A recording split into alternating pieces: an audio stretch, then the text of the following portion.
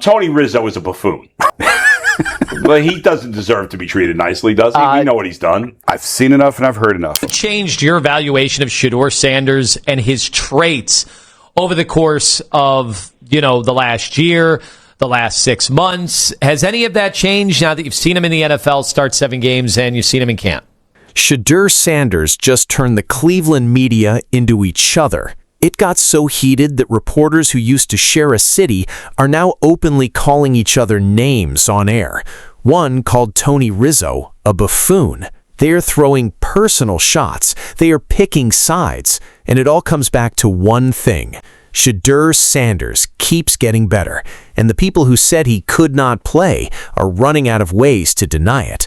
The breaking point was a single throw to Jerry Jeudy that lit up the internet. Here's how Shedeur split the Cleveland media in half. Let's start with how ugly it actually got, because this is not normal media disagreement. This is a war. On air, one Cleveland media member opened by saying he was going to put this nicely, and then immediately called Tony Rizzo a buffoon. He said Rizzo does not deserve to be treated nicely, and dragged up personal history to take the shot even harder. This is one Browns reporter going scorched earth on another Browns reporter in public over how they cover Shedeur Sanders. When the people whose entire job is to calmly analyze the team start attacking each other personally, the subject has gotten under their skin. And here's what the fight is actually about. It's not really about Rizzo. It's about the fact that Shedeur keeps proving the doubters wrong, and the doubters cannot stand it. Look at what set it off. Rizzo brought up trade rumors and reported that, in his words, people are saying Shedeur is getting better every single day. That is all he reported. He did not say Shedeur is Patrick Mahomes. He did not say Shedeur is the next coming of anything. He just relayed that the buzz around the building is that the kid is improving. And for that, he got torn apart by other media members. Think about how telling that is. A reporter says a young quarterback is getting better, and it starts a feud. The only reason that happens is if a chunk of the Cleveland media has staked their reputation on Shedeur failing, and every report of him improving is a threat to their narrative. And the timeline is the tell. As one host pointed out, everything was fine before Shedeur won the most games of any Browns quarterback last year, before he made the Pro Bowl, before he closed the gap on Deshaun Watson. The moment Shedeur started succeeding, the media that bet against him got defensive, and now they are turning on anyone, even their own colleagues, who dares to acknowledge his growth. That is what Shedeur did. He did not start the war on purpose. He just got good enough that the truth started breaking people apart. How could I put this nicely? Nightly. Tony Rizzo is a buffoon. Yesterday on his show, which is somehow still on the air. How do you come up with that after you say, I'm going to put this nicely? But he doesn't deserve to be treated nicely. From what we've seen, there's nothing to confirm that. Nobody agrees with that. It seems like you just came back from, vacation and had something to drum up. Everything was all hunky-dory before Shedeur Sanders won the most games out of any Browns quarterback, before he was a Pro Bowl quarterback, before he closed the gap on Deshaun Watson. Look, man, y'all can spin it however y'all want. I'm just here watching. And I come out here and I just report that, hey, people are saying Shedeur is getting better every single day. That's all I report on. I ain't told you Shedeur is Patrick Mahomes. I ain't told you Shedeur was the next coming to nothing. So who is on which side of this war? It comes down to the reporters who actually watch the film versus the ones just repeating themselves, and the gap is embarrassing. Here is how the war splits. On one side, you have reporters like Jason Lloyd, who keep saying the exact same negative thing about Shedeur with nothing to back it up. On air, Lloyd said he would have gotten rid of Shedeur in the offseason, that he does not think he is good enough to start, and that he is too much. And when he was pushed on how he knew that, he did not have an answer. He just said he has seen enough and heard enough. And that is the problem the host nailed. Jason Lloyd has now said the same thing 3 different times. The same line in November, the same line in January, and now the same line in June. No mention of Shedeur's growth, no new observations, no specific example, just the same recited opinion frozen in time while the player keeps changing. The host made a sharp point about what that actually reveals. If Lloyd had said, hey, Shedeur's footwork got better, I have seen this, I have seen that, but it is still not at the level, the host said he could respect that. That is a real evaluation. You watched, you saw growth, you saw flaws, and you concluded the bad still outweighs the good. Nobody could argue with an honest take like that, but reciting the identical criticism for 7 straight months, never once acknowledging the improvement everyone else sees, is not analysis. It is a grudge, and the host's theory cuts deep. He believes Jason Lloyd lost his connection in the building because he has no new information to share. A reporter with real sources would have new intel. Lloyd just repeats the old line, which suggests the pipeline dried up and he is running on a stale opinion from last year. That is one side of the war. The reporters who decided Shedeur was bad a year ago refuse to update no matter what he does on the field. And the host's frustration is not that they criticize Shedeur, it is that they criticize him lazily with no proof while attacking the colleagues who actually do the work. The whole feud, in his telling, is the lazy side lashing out because the honest side keeps showing receipts they cannot match. I would have got rid of him in the offseason. I don't think he's good enough to start, and he's too much. How do you know? We don't know for sure, Jason. Okay, we don't know for sure. Do you know for sure about Dylan Gabriel? No. Why do you want to get rid of him? Because he stinks. Well, how do you know for sure? Shedeur Sanders is more talented. How do you know? How do you know Dylan Gabriel? You can see it. Just watch it. More talented. I'm not saying he's going to be any good. I'm just saying there's more talent there. I'm just saying. Yeah. I've seen enough and I've heard enough. I don't think he's good enough to start for this team. Recite the same thing 3 different times now. Nothing has changed. No comment on the growth. And that was my biggest thing about the last time we went back and forth with Jason Lloyd, was that, hey, man, you said the same thing in November that you said in January. And now, guess what? It's June. And this confirms what I said in my last video, Jason Lloyd. You lost your connection in the building because you have no new information to tell. You didn't say, oh, well, actually, ba-da-da, because Shedeur, boom, boom, bada bing. Nope. You don't have any extra intel.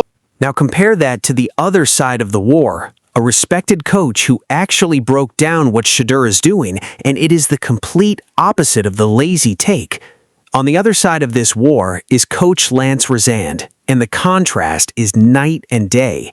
When Rosand was asked if his evaluation of Shedeur had changed after watching him practice and start 7 games, he said yes, it has improved. And then, unlike Jason Lloyd, he explained exactly why with real football detail. Rosand walked through it. Going back to Colorado and even Jackson State, Shedeur did not have much pass protection, and that created some bad habits, like retreating in the pocket and trying to play hero ball. Those are real flaws, and Rosand named them honestly. But then he said what he has actually seen change. Over 7 games, the retreating has improved. Shedeur is now stepping up in the pocket more than he is bailing out. He is transferring his weight from his backside to his front side, which a quarterback with a good arm has to do to drive the ball. He is getting to his second and third progressions. He is checking the team into good run plays, killing a bad play on one side and getting it to the other. Rosand said he sees Shedeur's poise, his control, his command at the line. That is the difference. Jason Lloyd says he's not good enough and offers nothing. Rosand says, here's the footwork, here's the weight transfer, here's the progression read, here's the run check, and here's what still needs work. One is a grudge, the other is coaching, and the honest one is the one saying Shedeur is improving. And Rosand still criticized Shedeur, which is the whole point.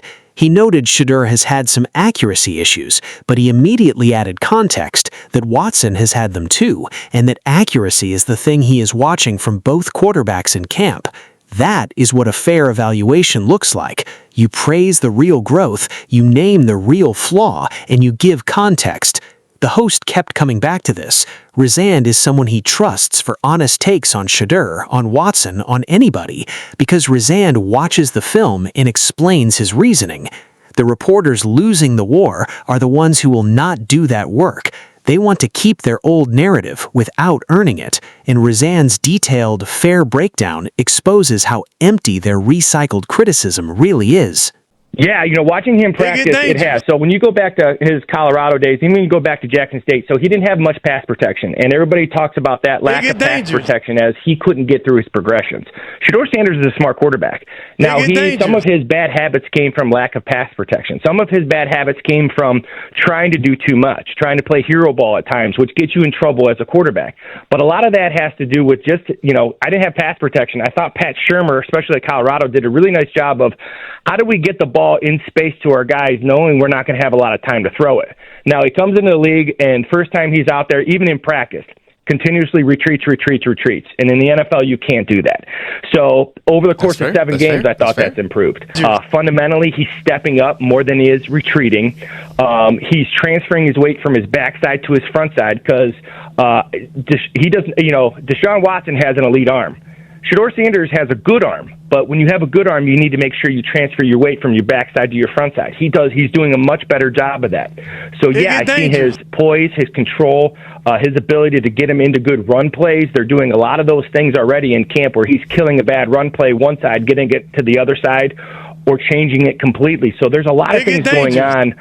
And then came the throw that ended the argument. The Jerry Jeudy touchdown that broke the internet and proved the film guys right. Here's the play that put the whole war to bed. The Shedeur to Jerry Jeudy touchdown that the film breakdown crowd has been replaying non-stop. And when you actually watch it the way the coaches watch it, you understand why it broke the internet. It was not just a nice throw. It was a clinic in quarterbacking that a player supposedly not good enough to start is not supposed to be able to do. Walk through it the way the breakdown did. Before the snap, Shedeur reads the corners and the single high safety. Jeudy crosses the defender's face and gets open, but that is only half of it. The real story is Shedeur's eyes. He stares down the middle of the field the entire time, looking the safety off, holding him dead center, not letting him cheat over to where the ball is actually going. He is manipulating a professional safety with nothing but his eyes and his helmet. And here is the part that should silence anybody. Shedeur throws the ball before Jeudy is even open. He drops his weight, uncorks it, and throws to a spot with anticipation, trusting the route to get there. The safety he had been freezing the whole play breaks the wrong way as the ball is already in the air. A professional safety took multiple steps out of the play because Shedeur sold him with his eyes. That is anticipation throwing. That is reading the field. That is exactly the second and third progression, weight transfer, and poise that Coach Rizand just described. The film proves the coach right and the recycled critics wrong in one play. So put the whole war in context. On one side, reporters reciting the same tired take with no film, no evidence, no acknowledgement of growth, and turning on each other when challenged.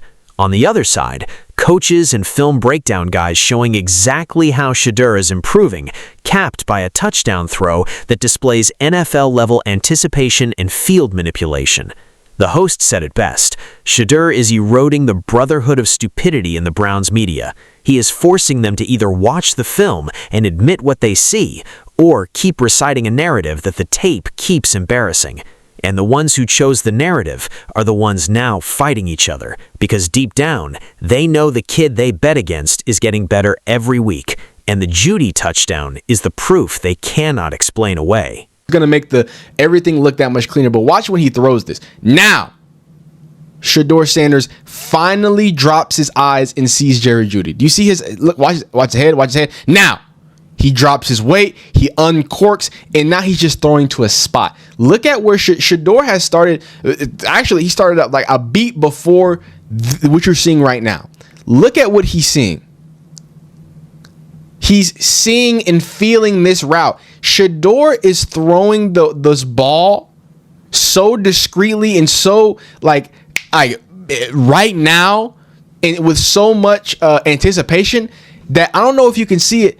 This safety is breaking on this route.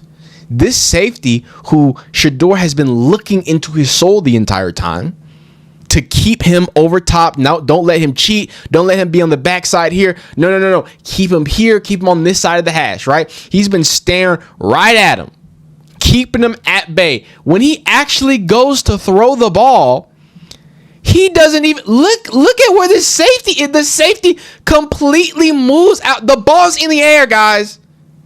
The ball's in the air, and a professional safety took multiple steps out of the way. So let me put the whole war together clean, because this is what Shedeur did to the Cleveland media without saying a word. Run it back. Shedeur Sanders started a war among Cleveland reporters, and he did it just by getting better.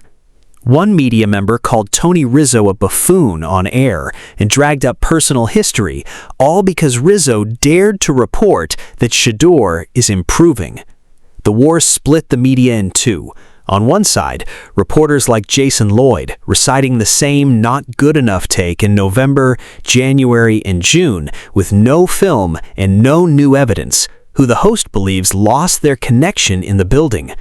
On the other, Coach Lance Rezond, who broke down exactly how Shedeur has grown, the stepping up, the weight transfer, the progressions, the run checks, while still fairly noting the accuracy he wants to see.